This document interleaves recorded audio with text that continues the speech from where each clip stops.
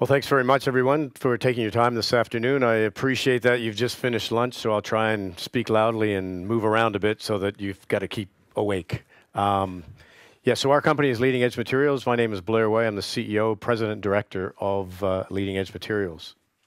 I'll work through this presentation, and we have a Q&A afterwards. I'll go through relatively quickly, so we do have some time to talk questions as we move through.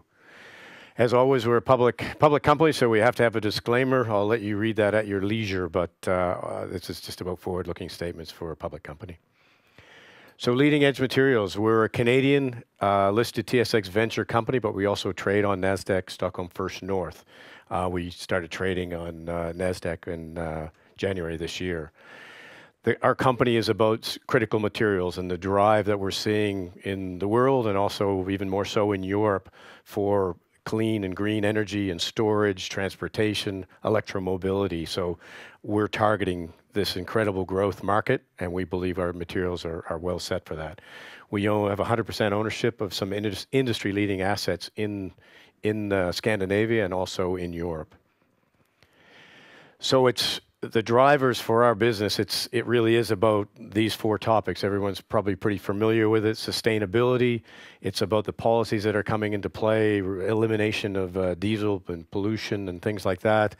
The economy is being driven by this need for green and sustainable energy, and of course security of supply. Right now, a lot of this green energy storage is actually materials being sourced from definitely outside of Europe and almost exclusively in China.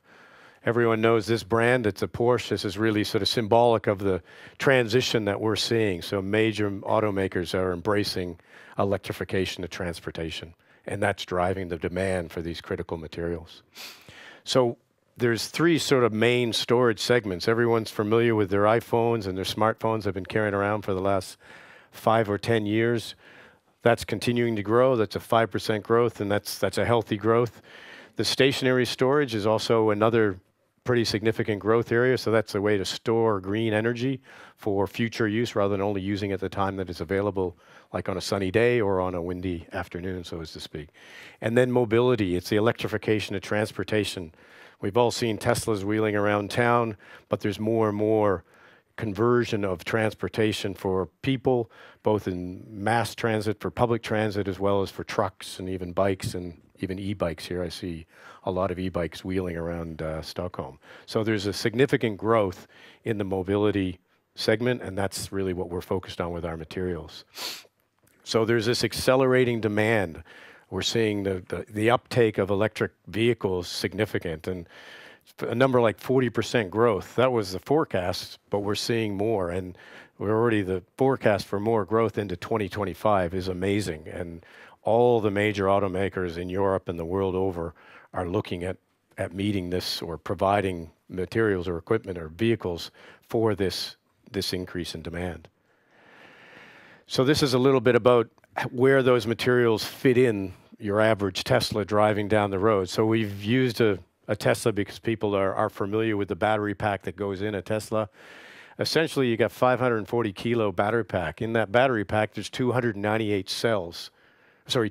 kilos. These are the cells that are in the pack. There's 7,104 of these in a Tesla. Some people find that, or don't expect that, but there's reasons for it. One of it is a proven format, but also it allows for the pack to be more efficient or safety. If one of these cells fails, it's only a small cell. If you had less but bigger cells and one failed, that would create a problem. The other thing that's quite interesting, even though it's called a lithium-ion battery, if you look at how many kilograms of these critical materials are in this one Tesla, I'll work from the bottom up. Our graphite, we've got almost 50 kilos of graphite. All of that is 10 kilos of natural graphite. The next big number in there is 36 kilos of nickel. It should be called a nickel-ion battery, really, by that. The lithium is only 5.7 kilos, cobalt 6.9. So there's some pretty substantial numbers of materials driving down the road in every car. So if they're talking about millions of vehicles on there, you can do the math and really appreciate the demand for these critical materials. These are some of the plans in Europe for building plants to manufacture not necessarily this format of battery, but these are essentially, when you talk about an electric car, you have a battery cell, which lives within a battery pack with a battery management system. So these are companies planning to build cells in order to fulfill the requirements or needs of these auto manufacturers. So there's some big numbers here.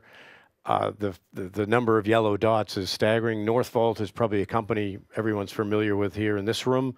There's another one, Terra E, which is in Germany.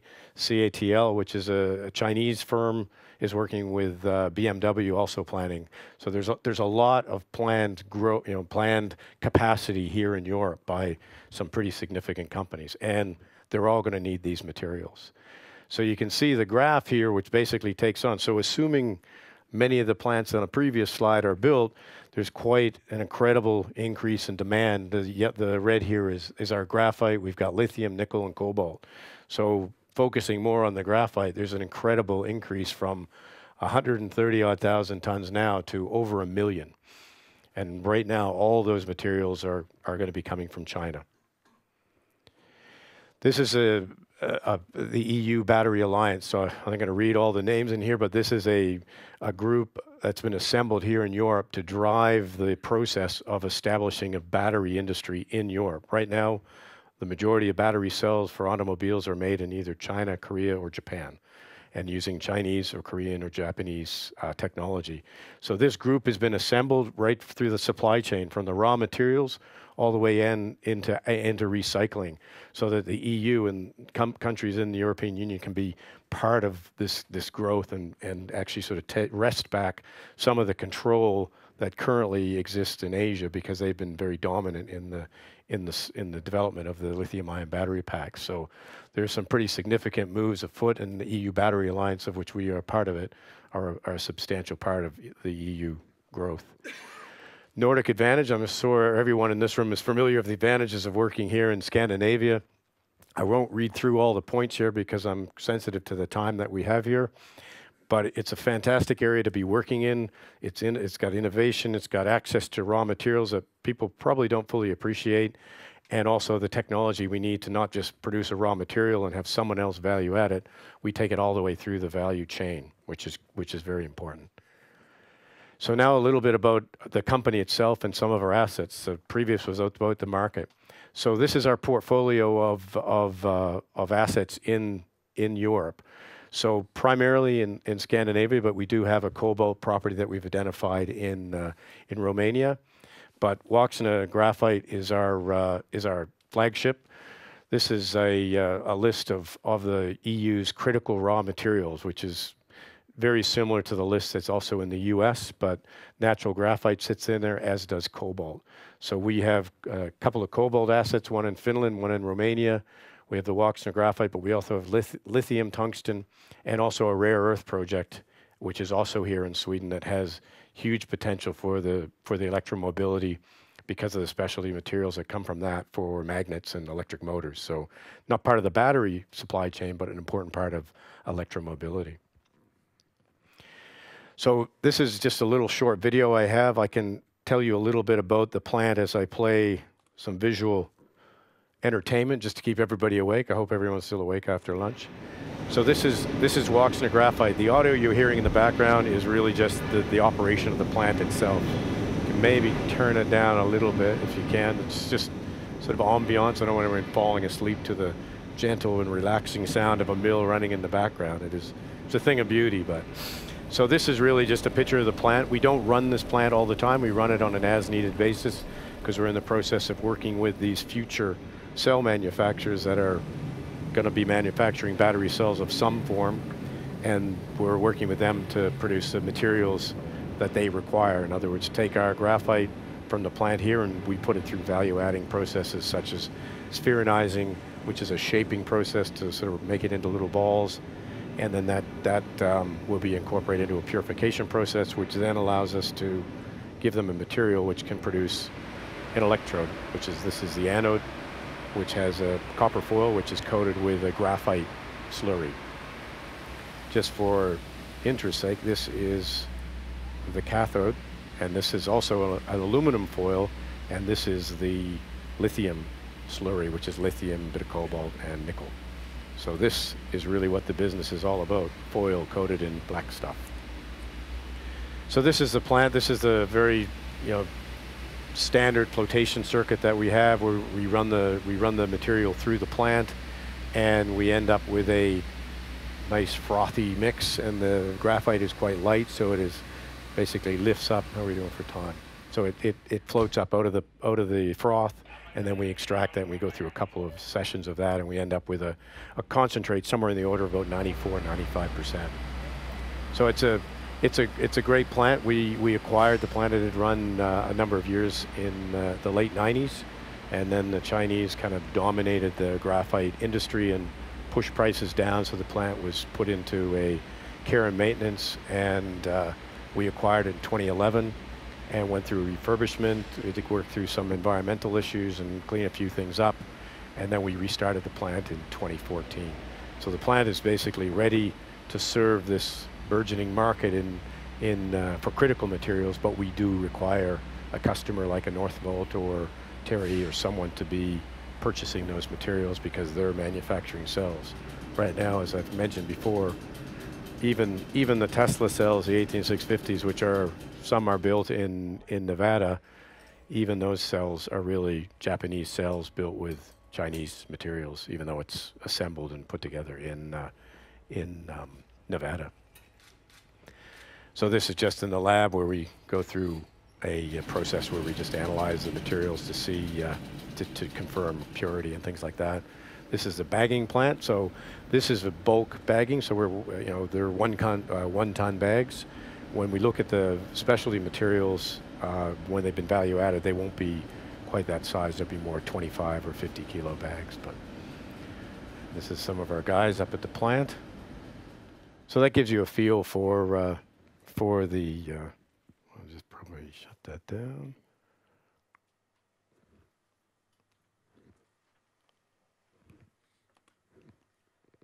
All right. It worked before. Why am I not?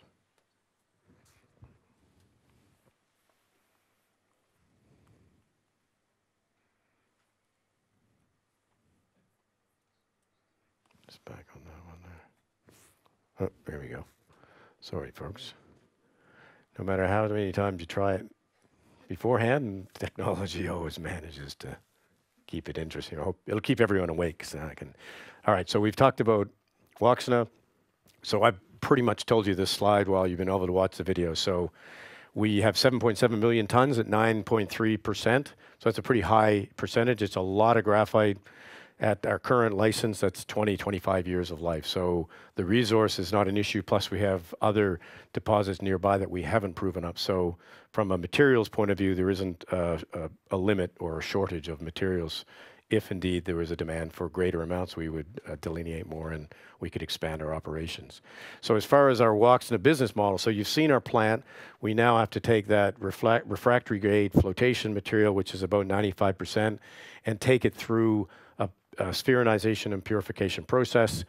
We will build, or our intention is to build, a demonstration plant so that we can produce meaningful samples, so our potential customers can have hundreds of kilos to run through their program. Once they've said, yes, we're happy with the product, then we would advance into, ideally, a contract, and then that would be the initiative to then progress into full commercial production to meet their supply. So we have to be very careful we don't go into production without a customer. Other commodities, you can get away with it because there's always a customer, be it nickel or copper or gold or something. So this is very critical that we align our program with our customers' program, so we meet their demands but don't oversupply and create a problem there.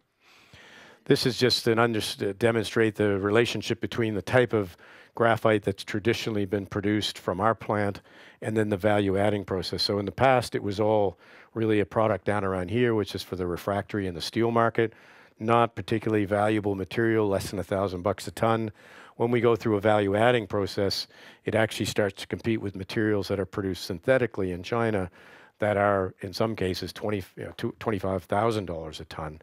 So there's quite a big gap. Because of our access for the process we're using is thermal purification, we have access to quite inexpensive and green power here in Sweden that gives us an edge actually over the Chinese to be able to use a similar technology. This is an example of just how many peers we have in the space. There are a lot of graphite companies the world over. We're really one of only two, or really of three. There's one quite large one that's in Africa that's also just started production.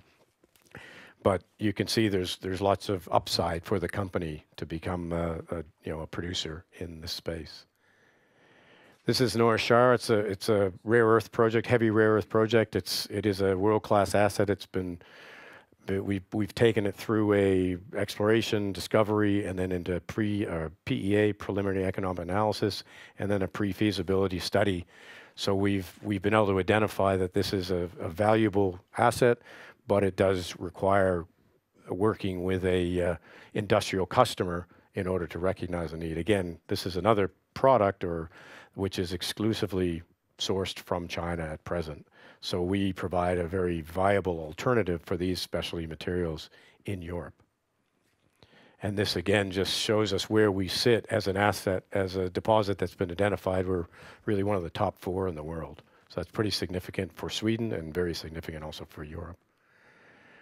These are some of the numbers that we've run in our pre-feasibility study, and the next step that we would follow beyond that is to go into a feasibility study.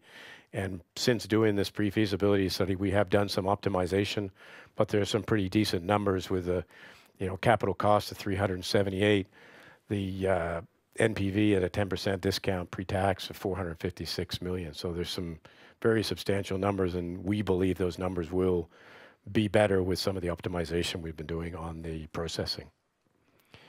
This is a look ahead for the company. Running through on time here.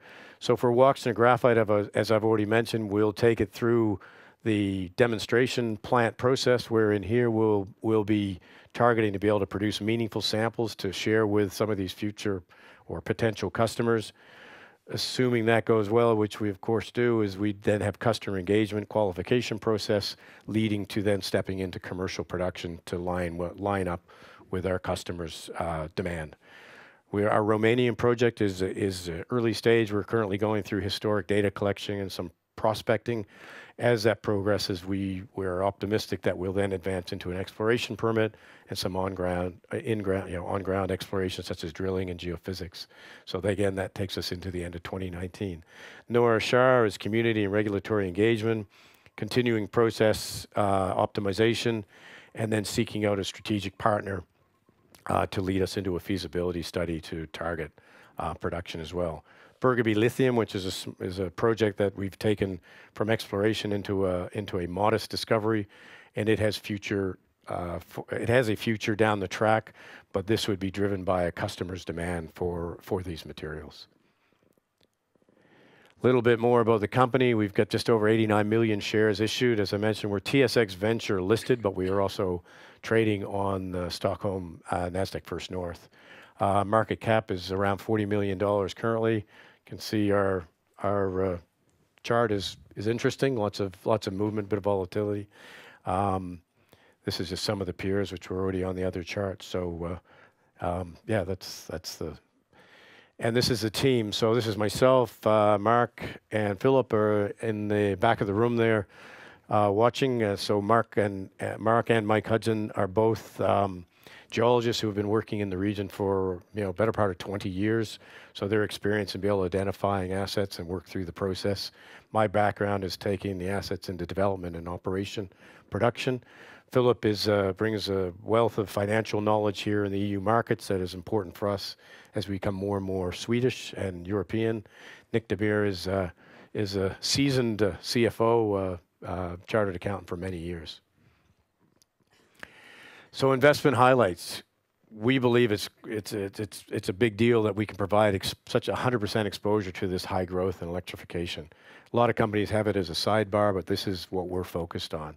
We have a first mover advantage with our Wachsner Graphite mine, part of the EU Battery Alliance. We have opportunities to grow in other commodities as required by specific customers. Our recent Swedish listing gives us an opportunity to get exposure here in Sweden with these Swedish assets. And then we really believe, as I've been through the whole discussion this afternoon, is this demand, this growth in materials for graphite, cobalt, lithium, and rare earths is something we're a significant part of, we believe.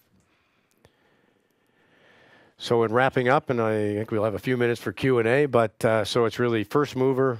We believe we've got something that no one else, what no one else has, which is a fully permitted and operating mine in Sweden that can supply graphite to this future high growth market.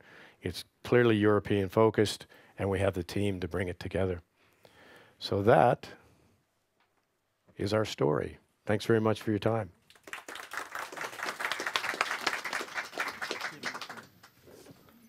Okay, great. Thank you very much, Blair. Now we have 3 minutes for Q&A. I guess we can have. I guess we can have 2 questions at least. I can talk fast. Yeah, exactly, and I can try to do that also. Okay. Okay, so it's quite obvious there are trends really favorable for you. Mm-hmm. But as you know, or as one can suppose, when something is hot, everyone wants a piece of that. Yeah. So compared with, or if you're looking at other actors or sector colleagues, can you say what really differentiates your business from others? I think really what I showed you in the video is our key differentiators, that we have a fully permitted operational facility. Any of the other actors out there are really at the early stage, so they have to go through quite an incredible process, not even counting the fact that it's also sunk capital. We have an existing facility, and we've had the opportunity to be working with our materials with potential customers for a number of years already as this space is growing. For someone new to come in and say, hey, I want a piece of this, they've got to go through discovery, they've got to through development, they've got to go through permitting, then they've got to do financing, construction, and then they get to where we are, they can produce a refractory grade material, then they have to prove their commercial ability to produce to the next stage. It's not just being able to do it all in lab and then set it up on shop. So that I think is one of the key differentiators. And of course, here in Europe, we really don't have a great deal of competitors because of that fact. There's no other old plants. There's one other graphite facility in in Norway, and they have been focused for their whole duration of their existence, which is better part of 25 years, have been on this refractory market, and they haven't expressed any real interest in this space. It's a market that they don't appear to be interested in. Okay, so yeah, it sounds almost that you take the lead. You have pole position in this area, but but looking at revenue generation, could you give us some hint that what make it happen to generate revenue and some time frame of that? That's a trickier question, because our revenues are driven by our customers' revenue. So if I can turn it back, I can say, well, when will Northvolt be producing battery cells, and ideally we're selling to them, then that would be the connection. So if everything goes as some of the forecasts are, it could be as soon as 12 to 24 months. If things slow down or customers are having challenges establishing their production, our production is linked to theirs. So that is, I guess, a risk. But we do see, 4 years ago when we really started down this path, the timeline was much longer. Now our timeline is considerably shorter.